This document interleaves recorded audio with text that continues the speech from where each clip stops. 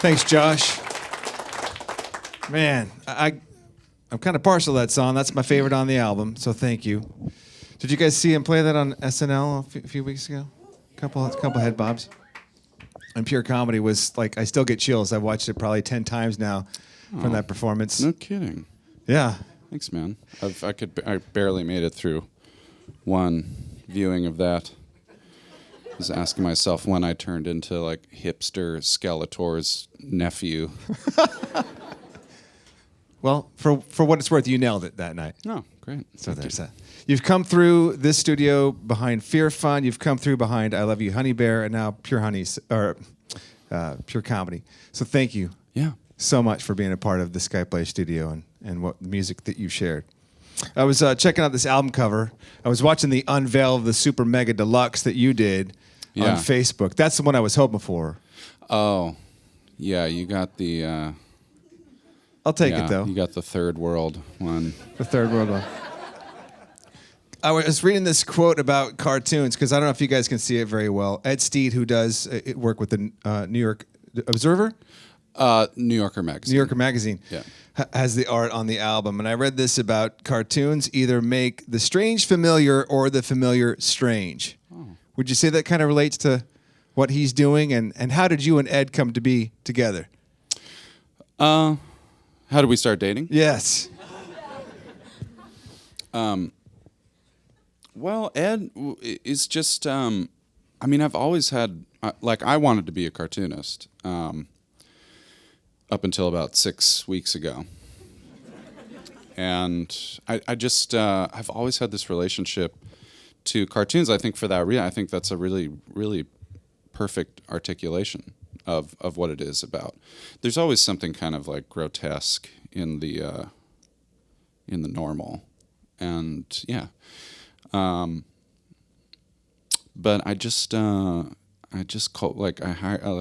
we seriously had to hire like a detective to find him because he's a very elusive kid. He's really young, and he just spends most of his time traveling around Asia. And yeah, got his email, and then it was pretty evident that we had very similar sensibilities. You just gave him free reign? Yeah, absolutely. Well, actually, I told him, if you look at the, I always have like one piece of input with the album covers. Like the last one, it was like, it's really important to me that there be a baby with a Josh Tillman mask groping a breast on the cover, and that ended up being pretty central. And with this one, I said I just want to see a skeleton pissing on a dumpster fire, and so that's right. It's like that's right here. Yeah. I'm kind of partial to the football game that's going on. They're using chainsaws. Some guys had eyeballs ripped out. Yeah, pineapple ball. Pineapple ball. Yeah. So your childhood plays heavily into this album. And, I wonder if you could tell us, for those that don't know about your childhood, what that was like. Like one of the examples that I heard that you couldn't even have a Michael Bolton record because he had long hair. That you couldn't even bring that home. No, I don't know why that was like a weird, like, that interview ended up just being like weird, like Dadaist poetry by the time it got through the sausage maker. But I did really like Michael Bolton. My friend Andy Greenfield's mom would play it in the car on the way to school, and I was like, this man who wrote Georgia on My Mind speaks to my soul, directly to my fourth grade soul.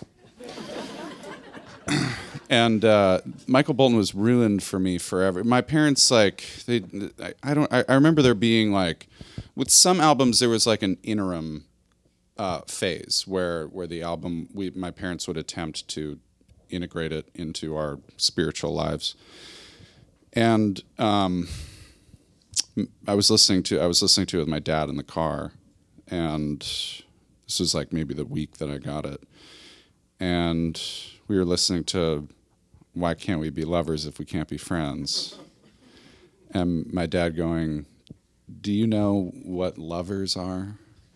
Me being like people who love each other, and him saying like, well, like your mother and I are lovers. My dad had a weird. He was just very weird, like timing. But maybe where I got it, and I never listened to Michael Bolton again. It was the end of Michael Bolton. I remember my mom took away my NWA and Ice-T CDs, so we're on the same plane right there. Yeah, that would have gone over real well in my house. Approach that you took to this album versus the other two is you took to being completely sober. True or false? That again, I don't know why I very much put the cart before the horse. So Scratcher from yet the record? Another interview, but I had kind of become a speed freak on the Fear Fun album touring cycle, and then needed to kind of dry out. So we moved to New Orleans, and was just It takes a long time for your emotions to kind of come back online after that, sort of out of napalming your nervous system with speed. So I was writing I was sort of like numb from the brain down. So my soul was like not involved in most of the writing of this album. And you can kind of hear, the album is presented more or less chronologically, like in the order that the songs were written. So they do sort of become more like humane as the album progresses. But yeah, so I was thinking, I was kind of obsessed with I became really obsessed with caffeine, like the idea of caffeine. Like, what is it about the human experience that we find so loathsome that, you'd see like a goat chewing a red bean in the desert and freaking out and then being like, I want that. I need that. Life sucks. I want to feel like that goat.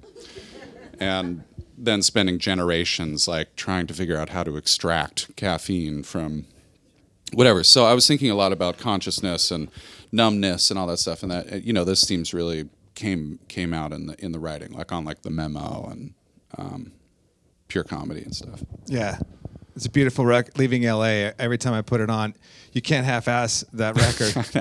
Be honest, it's true. I started it like probably 5 times before I'm like, it's not an ambient record. You got to commit yourself to that one in particular. I wanted it to be like a new age album. Like I wanted it to be like very peaceful.